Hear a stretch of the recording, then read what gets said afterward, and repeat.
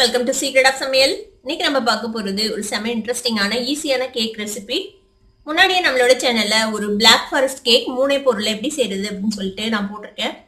அது நிறைய வியூஸும் போயிருக்கு. கண்டிப்பா அதையும் போய் பாருங்க. அதோட லிங்க் நான் டிஸ்கிரிப்ஷன்ல கொடுக்குறேன். ஃப்ரெண்ட் ஸ்கிரீன்லயே வரும். இந்த கேக்கும் அதே மாதிரி தான், ஒரு சூப்பர் இன்ட்ரெஸ்டிங்கான கேக்கு. இந்த ப்ரிப்பரேஷன்ல நான் கொஞ்சம் நிறைய டிப்ஸும் கூட சொல்லியிருக்கேன். பட்டர் பேப்பர் இல்லைன்னா என்ன செய்யலாம் அப்படிங்கிறது, அப்புறம் சாக்லேட்டை எந்த மாதிரி நம்ம டெக்கரேஷனுக்கு யூஸ் பண்ணலாம் அப்படிங்கிறதும் நான் வந்துட்டு சொல்லியிருக்கேன். கண்டிப்பா கடைசி வரைக்கும் மறக்காம பாருங்க. இது என்ன கேக் அப்படின்னா, இது வந்துட்டு ஒரு சூப்பரான காஃபி பேஸ்ட்ரி, ஒரு பிஸ்கெட் வச்சு நம்ம செய்ய போறோம். செம இன்ட்ரெஸ்டிங்கா இருக்க போகுது. சரி வாங்க டிலே பண்ணாம இந்த சூப்பரான கேக் ரெசிபி எப்படி செய்யலாம்னு பார்க்கலாம்.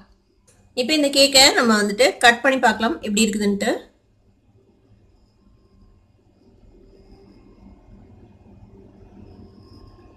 பாருங்க எவ்வளவு சாஃப்டா கட் ஆகுதுன்ட்டு. சூப்பரான இந்த காஃபி கேக் செம்ம டேஸ்டியா இருக்கும். பிஸ்கெட்ல செஞ்சது அப்படின்னு நீங்க சொன்னாலுடைய யாருக்குமே தெரியாது. செம்மையா இருக்கும். இன்னைக்கு வந்துட்டு நம்ம இந்த பார்லேஜி பிஸ்கெட் வச்சு தான் நம்ம இந்த கேக் வந்து செய்ய போறோம். இது வந்துட்டு 20 ரூபா பேக்கெட்டு. இப்போ அந்த கவர் பிரிச்சாச்சு. இந்த மாதிரி 4 பேக்கெட் இருக்குள்ள அந்த பிஸ்கெட்ஸ் எடுத்துக்கோங்க. இந்த மாதிரி இதை வந்துட்டு நம்ம மிக்ஸி ஜார்ல போட்டு பவுடர் பண்ணிக்க போறோம். இதை உடச்சு நம்ம இதுல போட்டுடலாம். மாதிரி உடச்சு போட்டுருங்க. இதுல எல்லா பிஸ்கெட்டையுமே இந்த மாதிரி நம்ம உடச்சு வச்சிடலாம். எல்லா பிஸ்கெட்டையும் உடச்சு வச்சாச்சு. இப்போ இதை நம்ம கொஞ்சம் கொஞ்சமா இதை வந்து பவுடர் பண்ணி எடுத்துக்க போறோம். அதுக்கு முன்னாடி நம்ம வந்து இது ஒரு 2 டேபிள் ஸ்பூன் அளவுக்கு சர்க்கரை சேர்த்திக்கலாம். இப்போ இது கூடவே நம்ம வந்து இந்த பிஸ்கெட்டோட ஸ்மெல் தெரியாம இருக்கிறதுக்காக 1 டீஸ்பூன் காஃபி பவுடர் சேர்த்திக்கலாம்.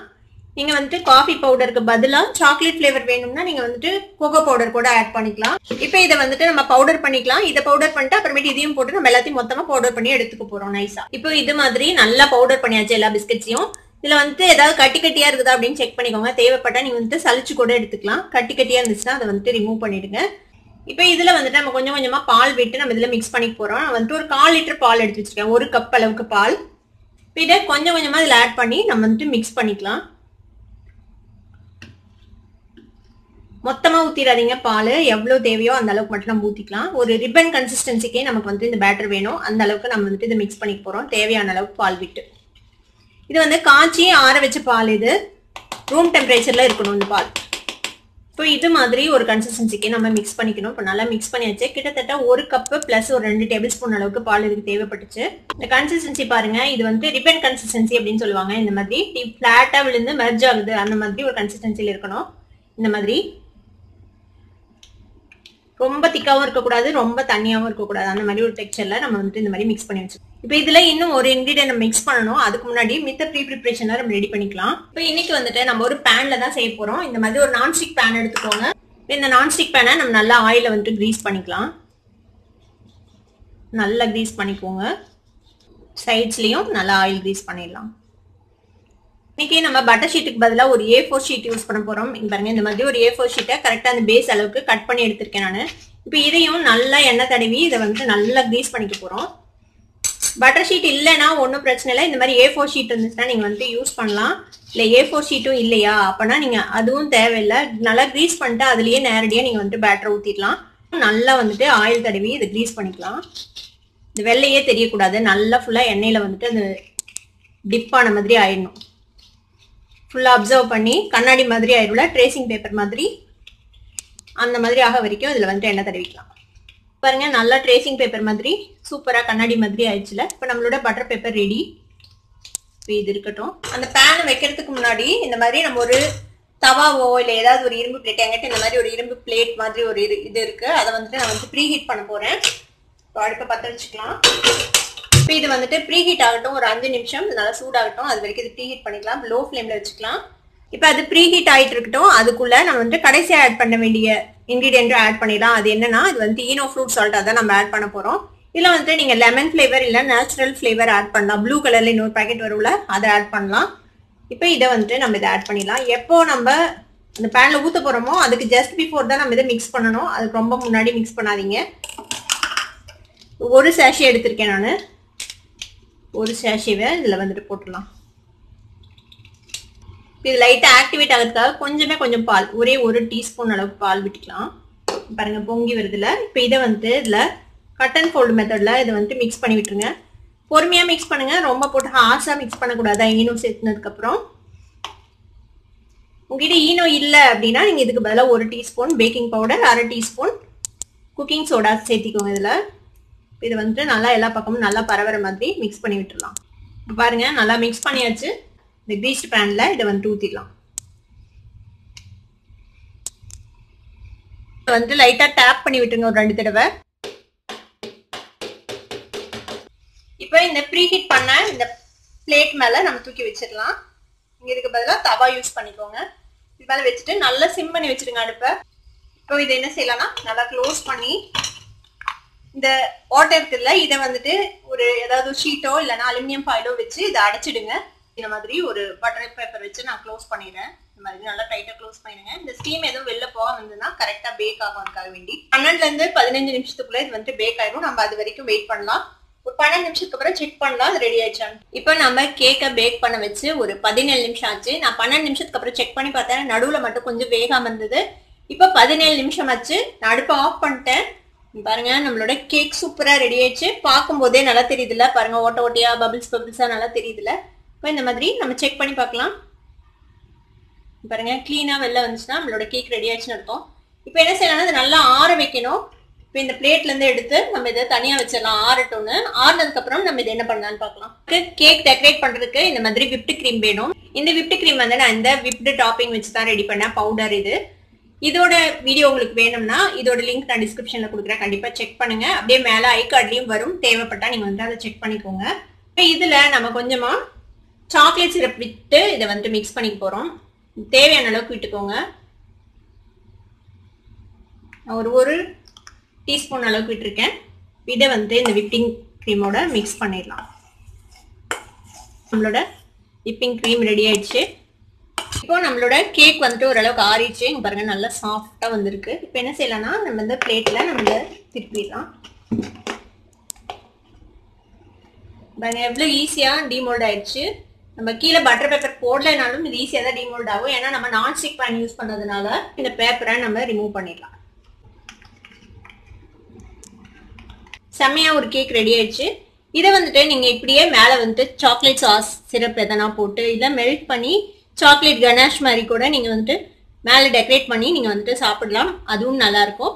நாம இன்னைக்கு விப்டு கிரீம் போட்டு டாப் பண்ண போறோம் இதுல. ஆனா இது நல்லா ஆற வரைக்கும் வெயிட் பண்ணுங்க. ஆறுனதுக்கு அப்புறம் தான் நம்ம வந்து இதை மேற்கொண்டு நம்ம வந்து டெக்கரேட் பண்ணோம். இப்போ நம்மளோட கேக் வந்துட்டு நல்லா ஆறிடுச்சு. இப்போ வந்துட்டு இது என்ன பண்ணலாம்னா நம்ம அதை ஓரத்தை வந்துட்டு கட் பண்ணிக்கலாம். நமக்கு ஈவனான ஷேப்ல நம்ம கேக் வேணும். அதுக்காக வேண்டி இது ஸ்கொயர் ஷேப்ல நம்ம கட் பண்ணிக்க போறோம். பாருங்க எவ்வளவு சாஃப்டா சூப்பரான கேக் கிடைச்சிருக்கு. இது இப்படியே நீங்க சாப்பிடலாம். ஒரு காஃபி ஃபிளேவர்ல சூப்பரா இருக்கும் சாப்பிட்றதுக்கு. இப்போ இந்த மாதிரியே 4 சைடும் நம்ம கட் பண்ணி எடுத்துடலாம். இப்போ ஸ்கொயரா கட் பண்ணியாச்சு. இப்போ இதை வந்துட்டு நம்ம நடுவுல இன்னொரு பீஸா கட் பண்ணிக்கலாம். 2 லேயர் கேக்கா நம்ம பண்ண போறோம். ஒரு ரெக்டாங்கிள் ஷேப்ல இந்த மாதிரி 2 லேயர் நமக்கு கிடைச்சிச்சு. இப்போ இந்த பாதிக்கா கட் பண்ண இந்த கேக் நம்ம எடுத்து வச்சுக்கலாம். நான் வந்துட்டு ஒரு 2 டேபிள் ஸ்பூன் அளவுக்கு சர்க்கரையை இந்த மாதிரி தண்ணியில நல்லா கலந்து வச்சிருக்கேன். இப்போ இந்த சர்க்கரை தண்ணியை வந்துட்டு நம்ம இதுல லைட்டா போட்டு இதை வெட் பண்ணிக்கலாம். மாய்ஸ்டா இருந்தால் தான் உங்களுக்கு நம்ம ஃப்ரிட்ஜில் வச்சு சாப்பிடும்போது கேக் வந்துட்டு சாஃப்டா இருக்கும். இல்லைன்னா ரொம்ப ட்ரை ஆயிடும். ஏன்னா நம்ம இது பிஸ்கெட்ல செஞ்சிருக்கோம். அதனால நல்லா இதை மாய்ஸ்ட் பண்ணிக்கலாம். இப்போ நல்லா மாய்ஸ்ட் பண்ணியாச்சு. இப்போ நம்ம ரெடி பண்ணி வச்சிருக்கிற இந்த விப்டு கிரீம் இருக்குல்ல அதை வந்துட்டு நம்ம இது மேல போட்டுக்கலாம். இப்போ இதை ஸ்மூத் பண்றதுக்கு இந்த மாதிரி ஒரு ஃபிளாட்டான கத்தியோ இல்லை தோசை கரண்டியோ எது வேணா நீங்க வந்துட்டு யூஸ் பண்ணலாம். இப்போ இந்த மாதிரி இந்த லேயரை ஸ்மூத் பண்ணி விட்டுருங்க. இப்போ இதுக்கு மேல நம்ம அடுத்த லேயர் கேக்கை நம்ம இது மேல வச்சிடலாம். இப்போ இதுக்கு மேல மீதி இருக்கிற விப்டு கிரீமை நல்லா ஸ்ப்ரெட் பண்ணி ஃபுல்லா கவர் பண்ண போறோம். கேக்கோட சைட்ல மேல எல்லா பக்கமும் ஈவனா நம்ம கவர் பண்ணிக்கலாம். இந்த டெக்கரேஷன் எல்லாம் உங்களுக்கு எப்படி வருதோ அப்படி நீங்க செய்யலாம். உங்க வீட்டுல என்ன அவைலபிளா இருக்குதோ அதை வச்சு நீங்க உங்க கிரியேட்டிவிட்டிக்கு தகுந்த மாதிரி நீங்க வந்துட்டு எப்படி வேணா செய்யலாம். இந்த பேஸ் கேக்கை மட்டும் செஞ்சுக்கோங்க. மீதி உங்களோட கிரியேட்டிவிட்டி தான். ஃபிளாட்டான கத்தி வச்சு இப்படி ஃபிளாட் பண்ணி விட்டுருங்க. மேல் லேயர் முடிஞ்ச அளவுக்கு ஸ்மூத்தா இருக்கிற மாதிரி பார்த்துக்கோங்க. நம்ம சைட்லயும் நம்ம வந்துட்டு அப்ளை பண்ணிக்கலாம். ஈஸியா தான் இருக்கும். இந்த மாதிரி நம்ம பேக்கிங் டூல்ஸ்லாம் இல்லைனாலும் வீட்டில் என்ன இருக்கோ அதை வச்சு நம்ம அழகா செய்யலாம். இப்போ கேக் மேலே நல்லா க்ரீம் அப்ளை பண்ணியாச்சு, எல்லா பக்கமும் ஈவனாக 4 சைடும் கவர் பண்ணியாச்சு கேக்கை. இப்போ வந்துட்டு டெக்கரேட் பண்ணுறதுக்காக நான் வந்துட்டு கொஞ்சமாக சாக்லேட்டு இந்த மாதிரி சேவிங்ஸாக எடுத்து வச்சுருக்கேன். இந்த சிப்ஸ் துருவது இருக்குல்ல, அதில் சீவினோம்னா இந்த மாதிரி சேவிங்ஸாக கிடைக்கும். நீங்கள் துருவல் மாதிரி யூஸ் பண்ணலாம், இல்லை சேவிங்ஸ் மாதிரி யூஸ் பண்ணலாம். உங்களுக்கு எந்த மாதிரி வேணுமோ அந்த மாதிரி நீங்கள் டெக்கரேட் பண்ணிக்கோங்க. இப்போ இந்த சாக்லேட் சேவிங்ஸை அழுங்காமல் எடுத்து இந்த சைடில் நம்ம வந்துட்டு லைட்டாக அப்படியே ஊட்டி விட்டுலாம். மாதிரியே 4 சைடும் நம்ம வந்துட்டு ஒட்டி விட்டுலாம். இப்போ 4 சைடும் நம்ம வந்துட்டு சாக்லேட் சேவிங்ஸ் ஒட்டியாச்சு. இப்போ இதை வந்துட்டு கொஞ்ச நேரம் ஃப்ரிட்ஜில் வச்சுட்டுங்க. ஃப்ரிட்ஜில் கொஞ்ச நேரம் செட் ஆனதுக்கப்புறம் நம்ம அடுத்த டெக்கரேஷன் செய்யலாம். இப்போ இந்த கேக்கை ஃப்ரிட்ஜ்லேருந்து வெளியில் எடுத்தாச்சு. இதை வந்துட்டு நீங்கள் 4ஆவோ 3ஆவோ எப்படி வேணுமோ அந்த மாதிரி நீங்கள் கட் பண்ணிக்கலாம். இப்போ இதை வந்துட்டு நம்ம 4ஆக கட் பண்ணிக்கலாம். ஃபஸ்ட்டு சென்டரில் ஒரு கட் பண்ணிக்கலாம்.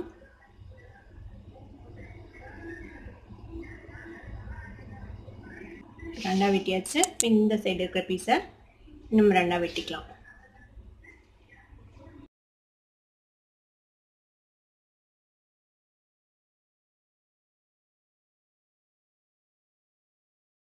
இப்போ நம்ம வந்துட்டு 4ஆக கட் பண்ணியாச்சு இந்த கேக்கை. இப்போ என்ன செய்யலாம்னா அந்த ஒயிட் க்ரீம் எடுத்து வச்சிருந்தோம்ல, அதை நான் வந்து ஒரு பைப்பிங் பேக்கில் போட்டு வச்சுருக்கேன். இப்போ இதில் வச்சுட்டு ஒரு சின்ன டிசைன் நம்ம பண்ணிக்கலாம். அது மேலே ஓகே, எப்படி வருதோ அப்படி செய்யலாம்.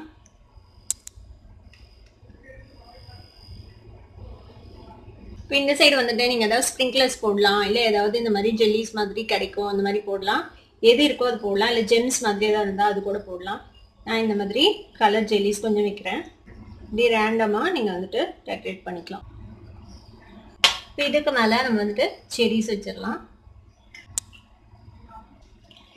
இது வந்துட்டு மெல்ட் பண்ண சாக்லேட்டை இந்த மாதிரி பபிள் ரேப் இருக்கும்ல, ஏதாவது பேக் பண்ணி வரும்ல, அது மேலே இந்த மாதிரி ஸ்ப்ரெட் பண்ணி ஃப்ரீசரில் வச்சுருந்தேன் கொஞ்சம் நேரம்.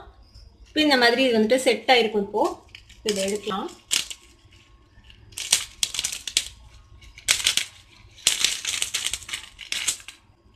பாருங்க, சூப்பரான ஒரு டிசைனில் நமக்கு வந்துட்டு சாக்லேட் கிடச்சிச்சு. இதை வச்சோம் நம்ம வந்துட்டு சும்மா அப்படியே உடச்சி நம்ம இது மேலே அப்படியே பிளேஸ் பண்ணலாம். அது ஒரு டிசைனாக இருக்கும். இப்போ இதை வந்துட்டு ரேண்டமாக உடச்சி நம்ம அது மேலே டெக்கரேட் பண்ணிக்கலாம். அப்படியே இப்போ நம்மளோட சூப்பரான கேக் ரெடி ஆயிடுச்சு. கொஞ்ச நேரம் ஃப்ரிட்ஜில் வச்சிட்டிங்கன்னா நல்லா செட் ஆகிடும். அப்புறமேட்டு எடுத்து சாப்பிடலாம். ஃப்ரிட்ஜில் வச்சு எடுத்தாச்சு. இப்போ நல்லா செட் ஆயிடுச்சு. சாப்பிட்றதுக்கு ரெடியாக இருக்குது நம்மளோட கேக். சூப்பராக சாப்பிட்டு என்ஜாய் பண்ண வேண்டியதான். இந்த கேக்கை நீங்களும் ட்ரை பண்ணி பாருங்க. ட்ரை பண்ணி பார்த்துட்டு எப்படி இருந்தது அப்படின்னு எனக்கு கமெண்ட்ஸ் ஃபீட்பேக் கொடுங்க. இந்த வீடியோ உங்களுக்கு பிடிச்சிருந்தா சப்ஸ்கிரைப் பண்ணுங்க, பக்கத்துல இருக்க பெல் ஐகானை கிளிக் பண்ணுங்க. அப்பதான் நோட்டிஃபிகேஷன்ஸ் உடனே உங்களுக்கு வந்து சேரும். லைக் பண்ணுங்க, ஷேர் பண்ணுங்க. தேங்க்யூ ஃபார் வாட்சிங் வீடியோ வியூவர்ஸ். Bye by.